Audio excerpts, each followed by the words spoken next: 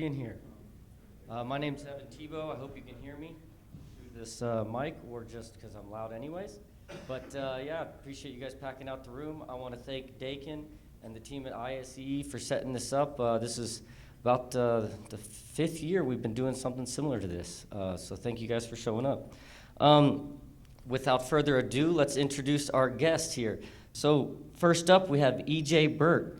E.J. began his career with the DuPont Company and has experience in general management, sales, marketing, manufacturing, finance, and human resources. Human resources, probably the tough part. And over his career, E.J. has also worked for ETI, Dyno Nobel, Quick Supply, and across multiple continents, and has 58 years of experience in the explosives industry. So thank you for coming. Come on up.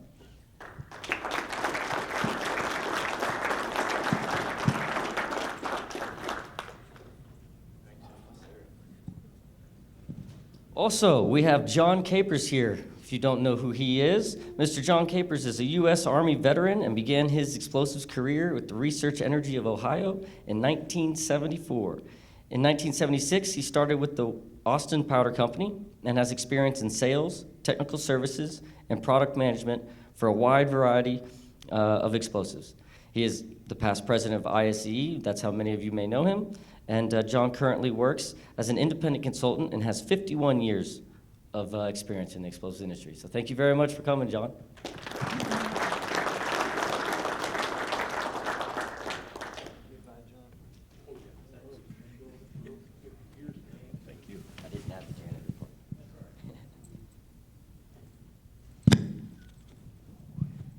So we'll get right into it. I'm sure you've already heard that the sponsor's SIGICOM, and we thank them for being a big sponsor, for letting us have this. And we're going to be talking a little bit about the history of dynamite and its transition to alternatives.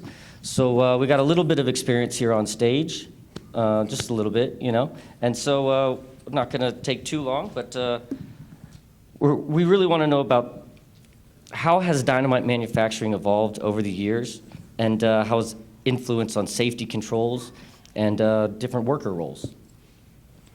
Well, I started my career with DuPont and went through the transition from dynamite to water gel to emulsions. But the dynamite phase was driven by safety. The DuPont company early on, and DuPont has an excellent track record of manufacturing, but making a nitroglycerin-based product is something else.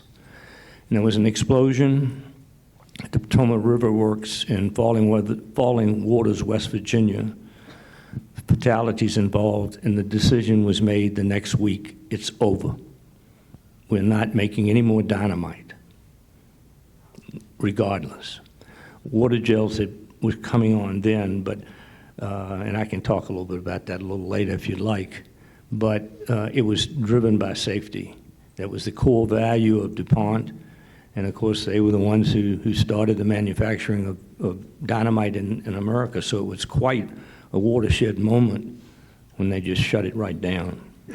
And it had commercial aspects to it as well, but from my perspective and from my experience, it was the challenges of making dynamite that was key. Yeah, and cheap is a good thing to say. It was inexpensive, but when water gels and emulsions came on, it made dynamite very expensive. Very, very expensive. Compared to making the other products. And it certainly was a safety issue. You know, my experience around dynamite is at Austin Powder. I was there all the time. And I think 1929 is when we opened a plant in MacArthur, Ohio, to make dynamite, and we closed it in '83 when we had an incident at our nitroglycerin factory. Incident means explosion, guys. It's just a kinder way of saying it. Okay. And at that point in time, we saw the writing on the wall in the early '80s. You know, the Tovex came out first, I think, as the first water gel to replace dynamite. They had their trials and tribulations with that product, too.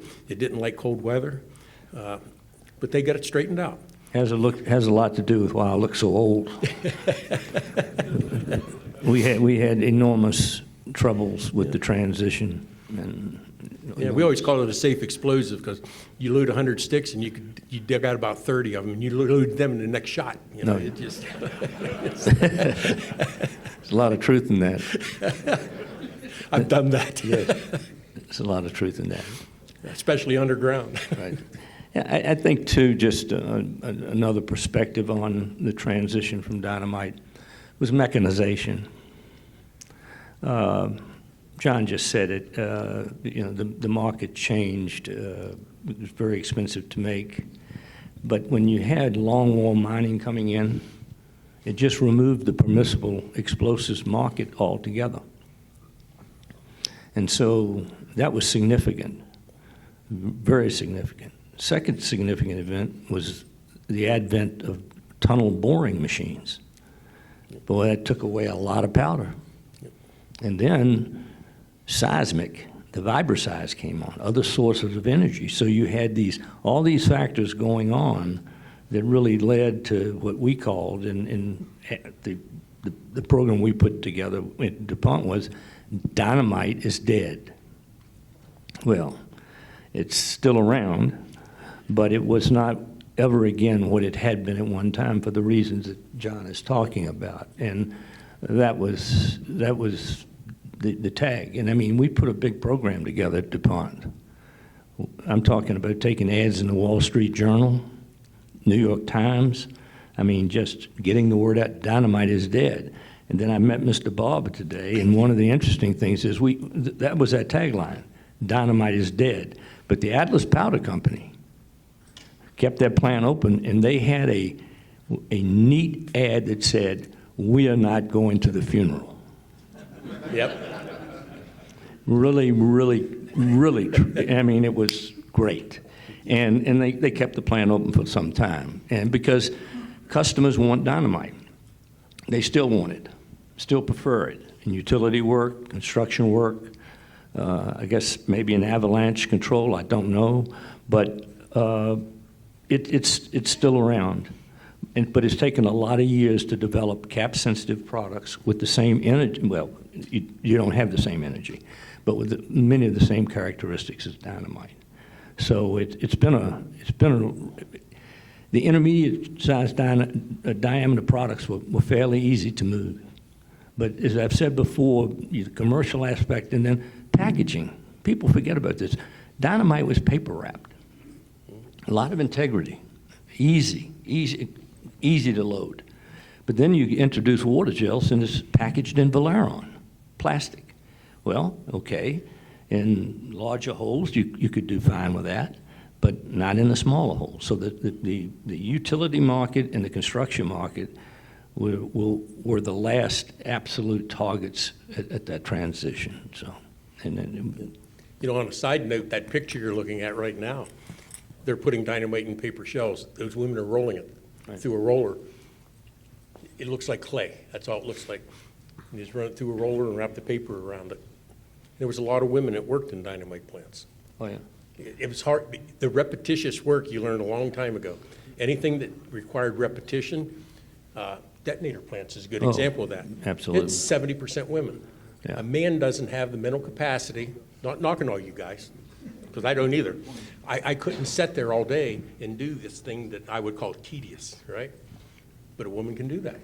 With that attention to detail. It is. It's the detail is there with them. And so they've got that going for them. So one of our other questions was about like how the workers and how those roles pulled in. There was what were some of the main roles that were involved in the factories themselves? You were mentioning about the rolling. Well, back, I think it was in 1867 when Giant Powder built the first dynamite plant under Alfred Nobel's license in San Francisco. And 2 years later, he blew the plant up. Mike, you remember that? You were probably there. What was that? When the Giant plant blew up back in 1869. Technical. What's the question? Never mind, we answered it. But then the city of San Francisco kicked them out of there, right? They got them out and they had to go out and build in what ended up being Hercules, California, That's where the other plant went in. But the first dynamite plant was Giant, the Giant plant. And I'm going to guess around 1985, there was 2 dynamite producers left in the United States. And then before the end of 95, there was 1. So it started with 1, and what's that, 130 years later, whatever? And It ended up with 1. that's the Hercules plant, and it's still at Carthage, Missouri In today. Carthage, Missouri, they make all the dynamite that's made in the United States is made at the Dyno plant today. But what was strange is just reading through the history. I know everything that's not important in life. I mean, I know that. There was over 200 dynamite plants in the United States in that period of time. It started with 1 and ended with 1. When I started in 1968 as a technical sales trainee, the way DuPont worked, you were assigned to a distributor. And so I learned the basics of blasting, working every day in a quarry in Atlanta, Georgia. Now, at that time in '68, DuPont had a dynamite facility still operating in Birmingham, Alabama. And we would design, I didn't design the shot, I was basically a laborer. But the technical people designed the shots, large shots, where we would use at least 40,000 pounds of dynamite. Now, the way this worked, a truck showed up with 850-pound boxes of dynamite, okay? And in the summertime with nitroglycerin, I don't know if you've got a normal heartbeat, you're going to have a real problem when nitroglycerin gets within your system. It's the headaches. But most of the large size shots in that Atlanta metropolitan area were designed just so a truck a Baggett truck, that was the name of the company in Birmingham. It had the Bag it and drag it. Bag it and drag it, and they dragged it. But boy, you talk about a challenge. 800 pounds, and even though it was just very difficult. But so dynamite even back then was still being used, and a lot of my experience was in the pipeline industry in Texas. I lived in San Antonio for 5 years. And we were part of a project putting in 2 36-inch lines, one coming from Fort Stockton to New Braunfels, and the other one coming from Monahans to Austin, 36-inch pipe. Now, that's a lot of ditch. And we were loading 40,000 pounds of dynamite every other day. I mean, it was just fantastic. Why? Because the contractor didn't even want to think about having to come back and re-drill anything. It was too much. It was too important to get that mile of ditch a day. So, and even today, I think, I'm not familiar with it as I used to be, but I would imagine the last segment, or the major segment, is pipeline construction. I know several of you may have worked with a lot of dynamite in the days. Mike was there when they made black powder, so we don't count him. But how many in here have ever loaded 5-inch by 25-pound sticks? Other than Mike and us, right? If anybody ever has a floor problem in a quarry, one of those in the bottom of every hole, they never had a floor problem. Never, never, never, never. And up until the late 70s, early 1980s, that was standard, like in Findlay, Ohio, and that dolomitic limestone, because the floor just always tended to crawl up on these 150-foot faces that they were shooting. And we always threw a 5 by 25 in the bottom, never had a problem. People are still using dynamite today to break boulders. Put one stick in them today. I mean, very successful companies are still using that to break boulders. So, so I guess DuPont didn't get it right. Dynamite is not dead. Well, DuPont at that time, if I recall correctly, you have to correct me because you worked there, but about 98% of their business was not explosives. And about 2% was. Yeah.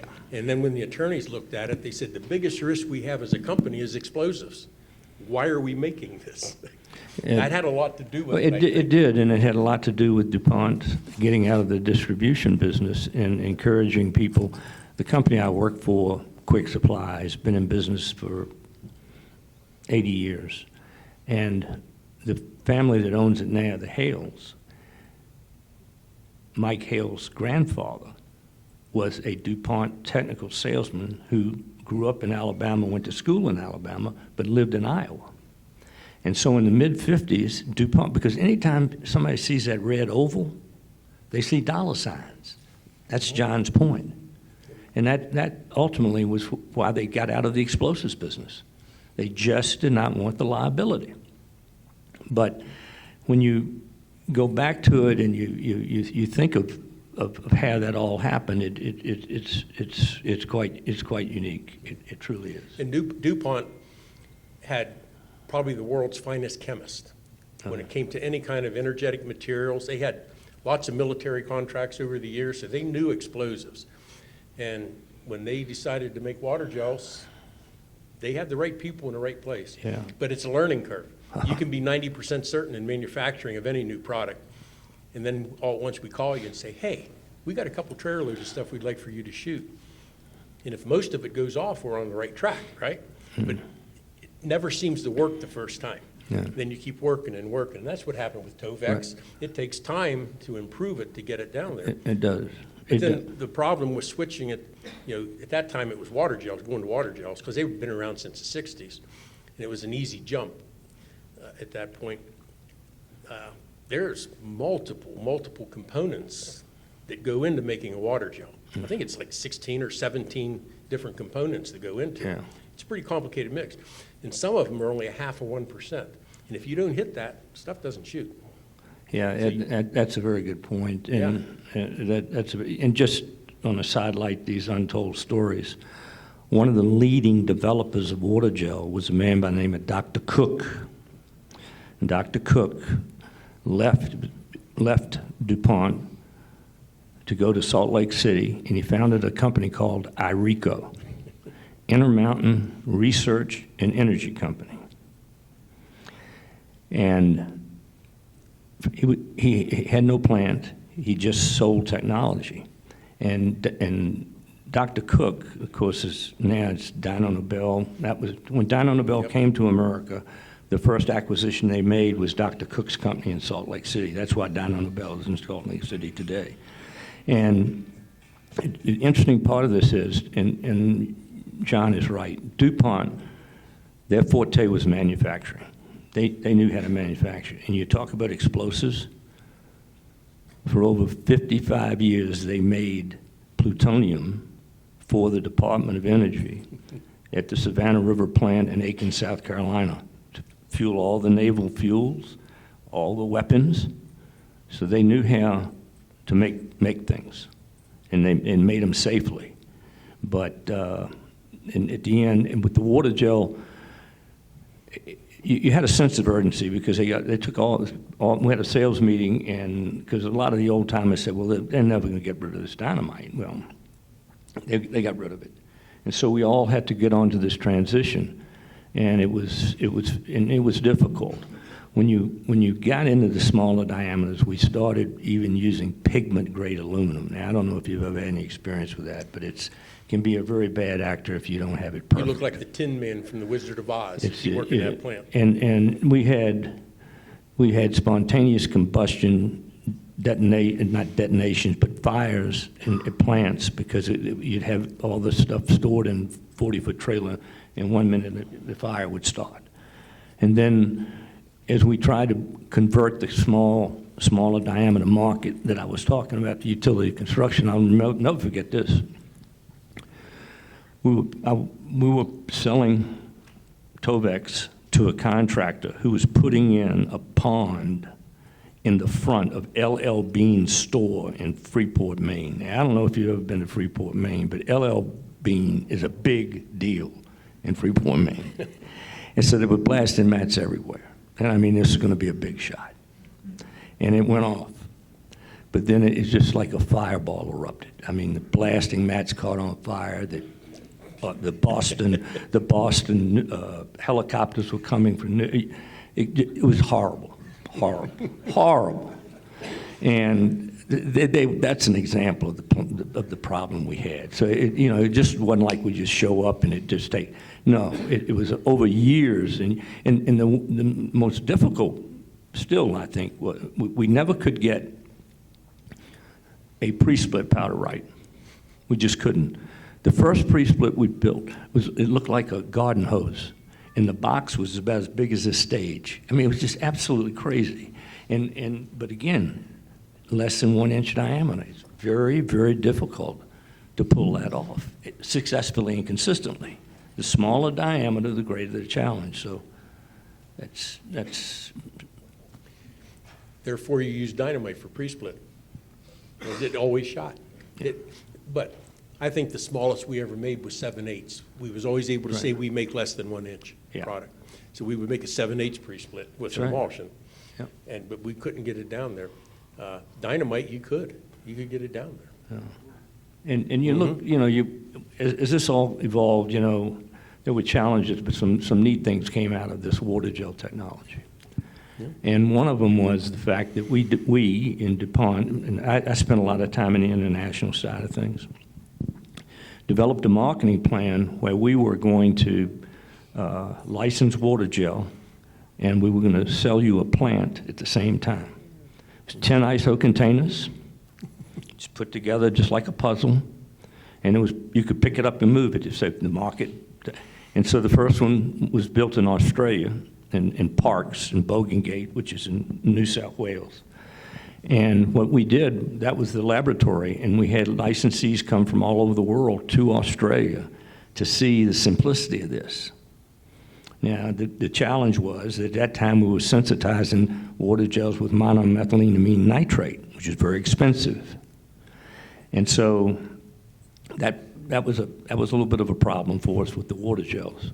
But that brought in fantastic amounts of money, plants in China, plants in Chile, another plant in Goa, India. These were licensees. So as that dynamite left, we did have an upside with water gels that continued. And it's pretty, and then, of course, that same concept from a manufacturing standpoint, it went right over to emulsions.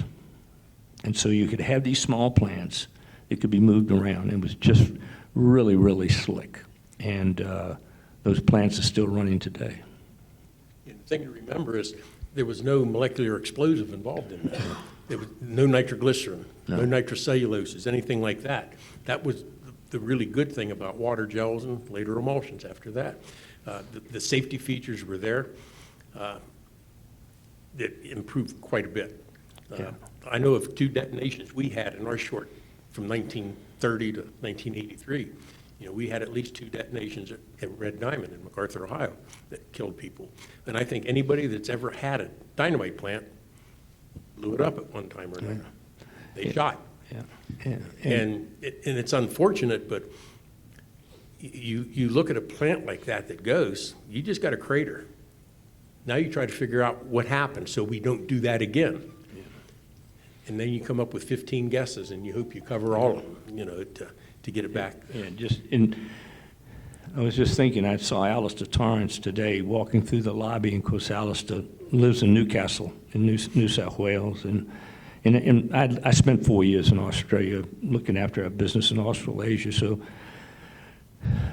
we were not successful getting a dredging job. The company had a large company, European company, came to Australia, and they were going to do a lot of dredging in Newcastle, and they wanted to use dynamite. Well, we didn't have dynamite, and they didn't want to use the water gels for all the reasons we've been talking about for 25 minutes. Well, unfortunately, there were just small bits of dynamite that were in a casing because they're drilling down through a casing, and the drills set the dynamite off and set off 5 boxes of dynamite on the barge. And then we get the phone call. And I remember this vividly. It was horrible. And it was all about packaging. And it was very, so we put the water gel, believe it or not, Valerian, we packed it in a plastic canister. It was very expensive. But after you go through a tragedy like those folks went through, you don't worry about what it cost. You just want to have a safe product there. So that's another aspect of it that it doesn't take much, particularly of nitroglycerin-based product, to have a real fiasco. Yeah, I'm probably the only one in here that's had misfires in their life, but I would rather dig a misfire out that had emulsion in it than I would one that had dynamite in it. Emulsion will take that abuse where dynamite, Yeah. You hit that with the tooth of a bucket or something, it's probably going to shoot. Right. Many companies today, many successful companies today, you just will not use dynamite. I mean, they won't even, don't even think about it. Don't want it on the property, don't care, for the safety reasons. They can afford it, no matter what it costs, but they're worrying about the safety, and that's what they should be doing. And one of the things I look back on in my career that I'm very proud of was my time with DuPont. They always did the right thing. And that closing down that dynamite production was the right thing to do. It really was the right thing to do. The rest of the industry followed them. They did. I mean, and It took some people 10 years, 20 years, 30 years later.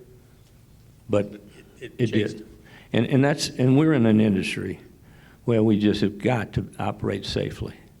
And that's a lesson for all of us, regardless of how experienced or inexperienced we are. There's nothing more precious than human life. Yeah. And we need to take every precaution we can in the application of explosives, the manufacturing of explosives, in the transportation of explosives, to operate as safely as we possibly can.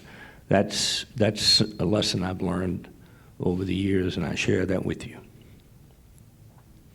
And, you know, we were talking about, we went from dynamites to water gels, and then I think in 1969, Charlie Wade came up with was it six? Bloom.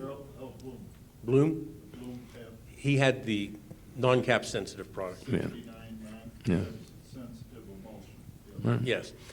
Well, Atlas is the ones that first developed Yep. the cap sensitive and bulk emulsions. Really, the truly bulk emulsions was them. And they did a fantastic job with that. They really did. And it just took over the market. And everybody that was making slurries, and water gels, and dynamite, even at that time, they started rushing toward an emulsion. And you think about making an emulsion product. Remember I said there were 16 or 17 components in water gels? To make an emulsion, either blasting agent or high X, you've got ammonium nitrate in solution, anywhere from 82 to 85%. The rest of it's water, okay? That's why it's in solution. It just looks like a nice clean glass of water. And you add a surfactant to it and a fuel, because you can't mix water and oil together, can you? Well, if you have a surfactant in there, you can. They'll mix it together, so you're basically fueling these microscopic particles of ammonium nitrate in that water. It's all getting in there. That's about it. Handful of products, just a handful of products. Right. And 16% water. Think about that. When you buy a pound of it, 16% of that, or 16% of that is water. That's all part of the formulation to keep it in suspension, the microscopic particles. Yeah. And the cold weather didn't bother it, nothing like it did the water gels. The MMAN that he was talking about, we always treated MMAN like it was this big, serious explosive. And one day I thought, well, gee, we got an MAN plant. Why not try for something else? So I hand-packed a bunch of cartridges and put a detonator in it, shot it, and it just splattered it everywhere. I'm thinking, we've been treating this stuff like it was nitroglycerin all these years, right? And nothing to it. Yeah. But all those products and water gels had a huge cost to them. Very expensive compared to an emulsion. Right. And as a customer, you don't want to spend all that money. You're buying energy, aren't you? That's what you're using, is energy. If you can get the energy another way at a less price, that's what you want. But the safety that came along with emulsions was better than water gels and certainly better than dynamite. Oh, yeah. And with that being said, I still in my heart, I love dynamite. It works every time, all the time. I mean, the toughest thing for us to replace was probably ditch line work. Ditch line work, dynamite has always done better, always done better. And it took several years to come up with products that worked in a trench. It wasn't getting dead pressed, because you had microballoons in the emulsion too, the cap sensitive stuff. And the shock from one hole to the other crushed all the microballoons before it shot. So every other hole would shoot in a shot. That hole didn't go, but the next one fired. And that one put off shock waves, killed the emulsion, went to the next one. Yeah, I think safety brought the transition from dynamite to water gels, but cost brought the transition of water gels to emulsions. Because right. And DuPont was making the chemicals, they were making them themselves, so we've had a pretty good cost position. But even making them, it wasn't sustainable. And that was I think, unfortunate. But now today, I think we've got manufacturers who are providing great products, and I think the key is how we apply those products and technologies in whatever segment we're in. I think that's the key to winning the game. Have quality products, quality technology, quality people applying it, and regardless of where you'll be successful. Well, gentlemen. That was question number one? Yeah, well, gentlemen, yeah. Okay. Okay, 1, 2, 3, 4, yeah, all right. Let's go. We'll skip to the next slide. Glad everyone, yeah, you guys took it and ran with it. That's wonderful. Thank you very much. There's only one other question we really wanted to ask you that you didn't cover, and so I really appreciate you going down that. And the only other one was kind of a little bit about the angel wagons and some of the mules and donkeys. Yeah, angel buggies. Yeah, and I know that we had talked about Yeah. maybe you have some stories about that, so if you wouldn't mind, we can close up with kind of a little bit of this. Go ahead, John, that's yours. Okay. Angel buggies, there's two. One of them is what we haul our dope in, not the stuff that you smoke, but other kind of dope. All your dry mixes that go into making dynamite, things like that, you mix it and blend it, and that's all the dry portion, and we call that dope. And that went into an angel buggy, and then it went to our NG mixer, where we would dump it in and blend it again into the mixers. And once all that was mixed, it was moved again by buggy. They're hand carts. They were big hand carts. You could move them within the plant, things like that. Then they went to maybe a jelly stuffer, like the old Sterrett Packer or something like that, where they were 1-inch shells. But the Angel bucket itself, the original name came from the cans that you hauled the nitroglycerin in early on. Because if you drop one, the next people you're talking to is the Angels. That's why they called them Angel buckets. Right. But we had Angel carts. The oil cans, Mike's looking at me going, yeah, the oil cans we used to sell straight nitroglycerin to, particularly to the oil field for fracking. Yes, Mike? Denatured. Denatured. Denatured. It's not quite as sensitive. It would withstand a 3-foot drop. But Where torpedoes? Yeah, they were loading torpedoes for the oil wells in the dark of the night. Because most of them was illegal where they were doing it. And they always did it at night. That's where that term comes from, in the dark of the night, from those old torpedo manufacturers. They were, I don't want to call them criminals, man, but they were a mob up there. In Pennsylvania is where it was all at, where it all started. Mm-hmm. So, but that's kind of like the cart. Those are the best employees I ever remember seeing at our plant, right there. Now, those are donkeys, though, burros. We ran mules until we quit making dynamite. We operated. We had mules at the plant, and we had a narrow gauge railroad, little dinky track that ran between every building. And the mules, they were on like a dog leash. As soon as you loaded it up, nitroglycerin in particular, you'd slap him on the butt, and he'd go to the next building. And he'd get down there and turn around and come back, right? And we had them also pulling wagons that had our dope in it. And we always had one mule in particular that a guy had to walk that whole length with him, because as soon as he went around the turn and went to the other building, the mule would stop, he'd turn around, and he would start eating it. Because virtually you could eat most of the stuff that was in dynamite, except the NG. It wasn't in there yet, right?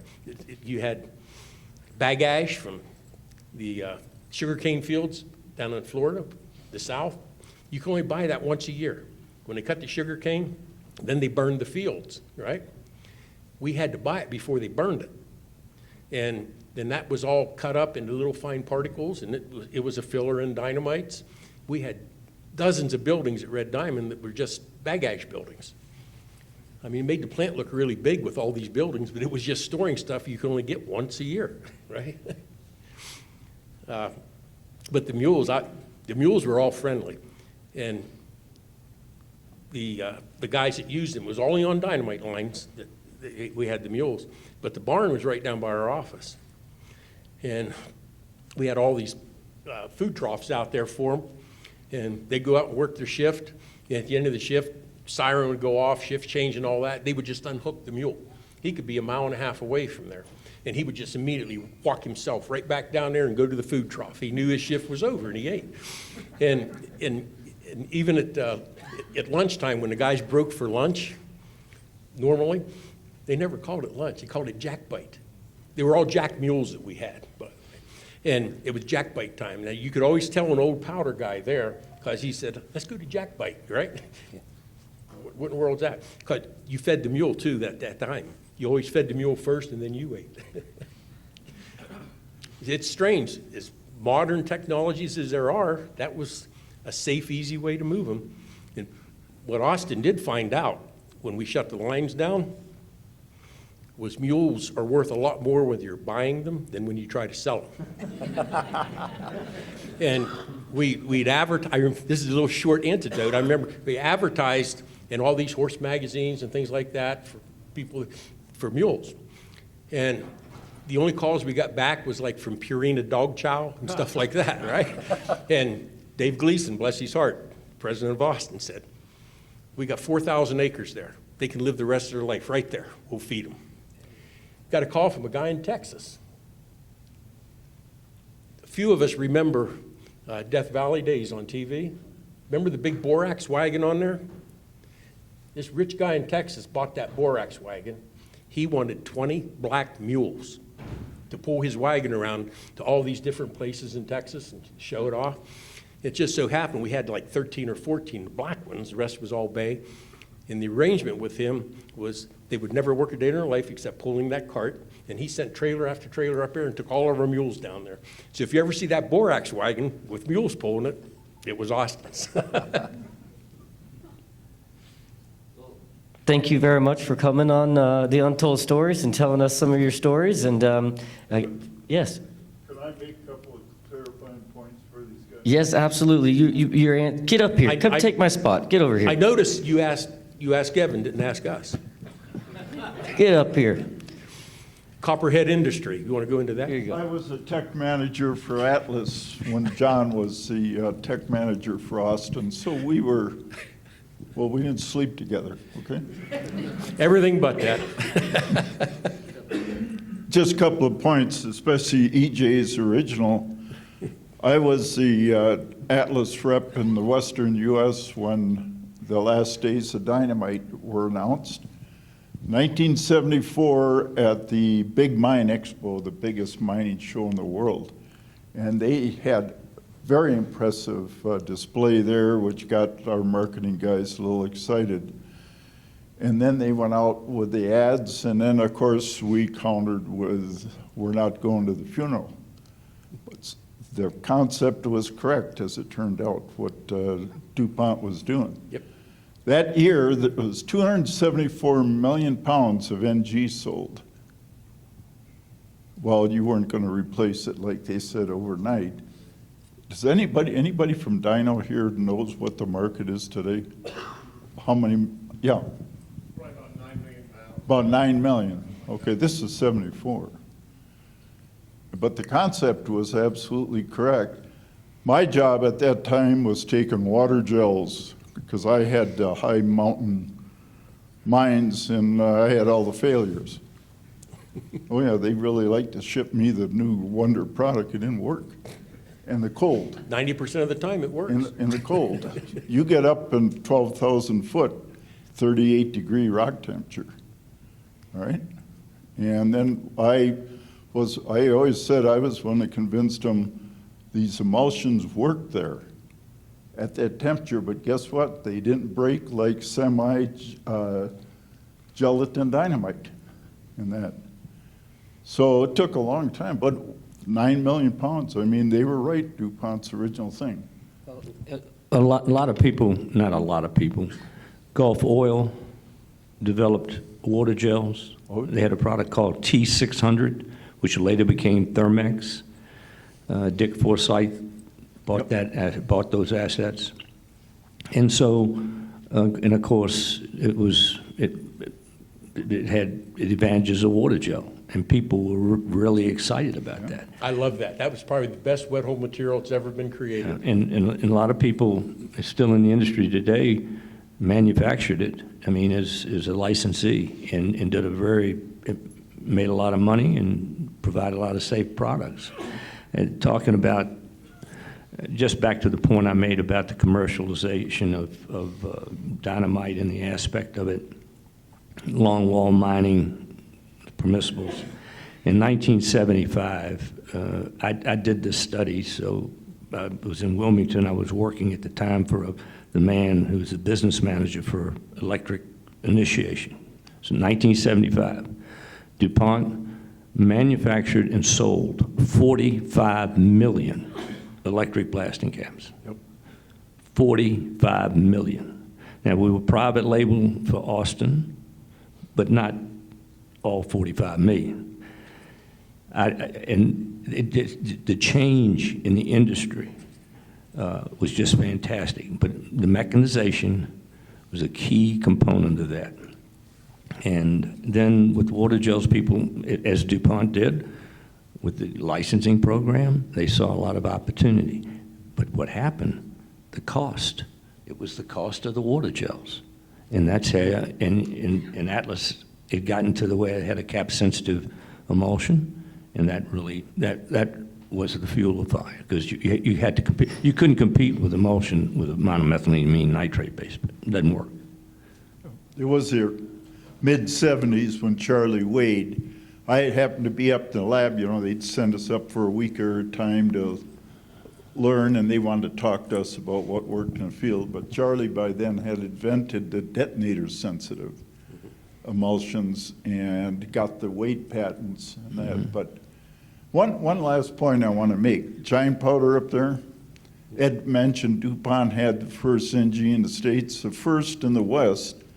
Alfred Nobel licensed Giant Powder Company. I happen to have inherited all that paperwork, everything from those things. But the site, anybody here from California, the Bay Area? What does real estate go for down there? Right? You know, there's a peninsula on the water facing Oakland, and it's with Giant Powder site. I happen to know where that thing is. They sold that site after they decommissioned it to Bethlehem Steel, and you know, to this day, there's nothing built there. Most valuable piece of unused land, probably. And for that reason, what he said, DuPont knew it. Mike still has shares in Giant Powder, and he was planning on that for his retirement. It hasn't worked out so far. Oh, yeah. I knew a guy that was the last Giant Powder Company employee.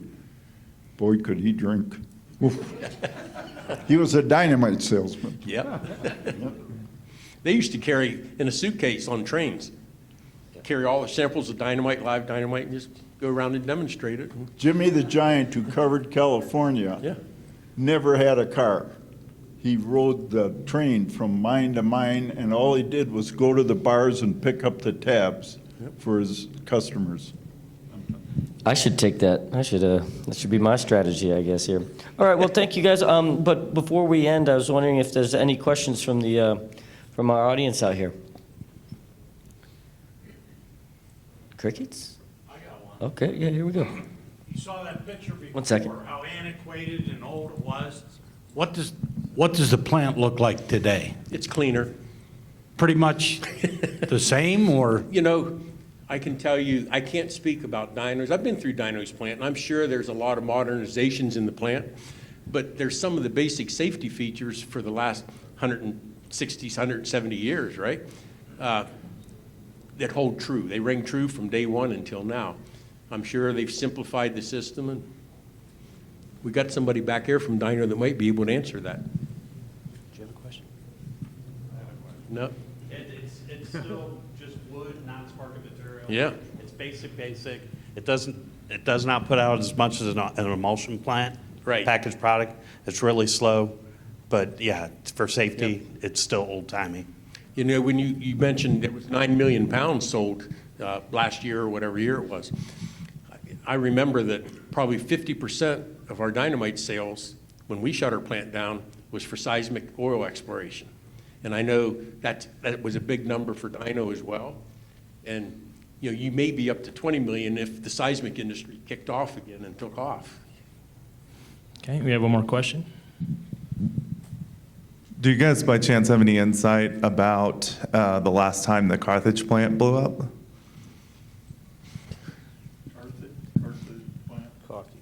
Carthage plant. Yeah, Carthage. You're talking about Carthage, Missouri? Yeah. Carthage, Missouri. No, I do not have any background on that.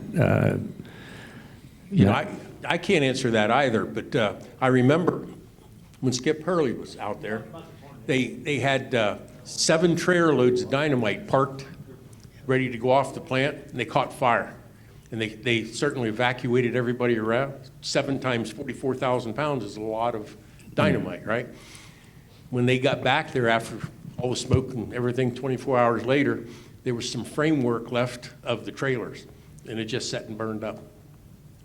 What? The last detonation that Atlas had at their Pennsylvania plant before they shut it down, they had a batch nitrator up here and everything down here, and there was a tube, a non-sparking tube, where they sent the NG down with the dilutants in it.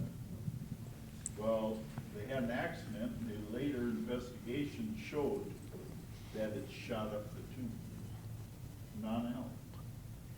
Shock tube detonator concept. Never put the two together. Well, thank you, gentlemen. I really appreciate it. Can we get a round of applause for these gentlemen? I got it, Mike. Thank you so much. I got the bourbon. Thank you, gentlemen. Thank you very much. Thank you. That was awesome. Wonderful. Perfect. Perfect. Thank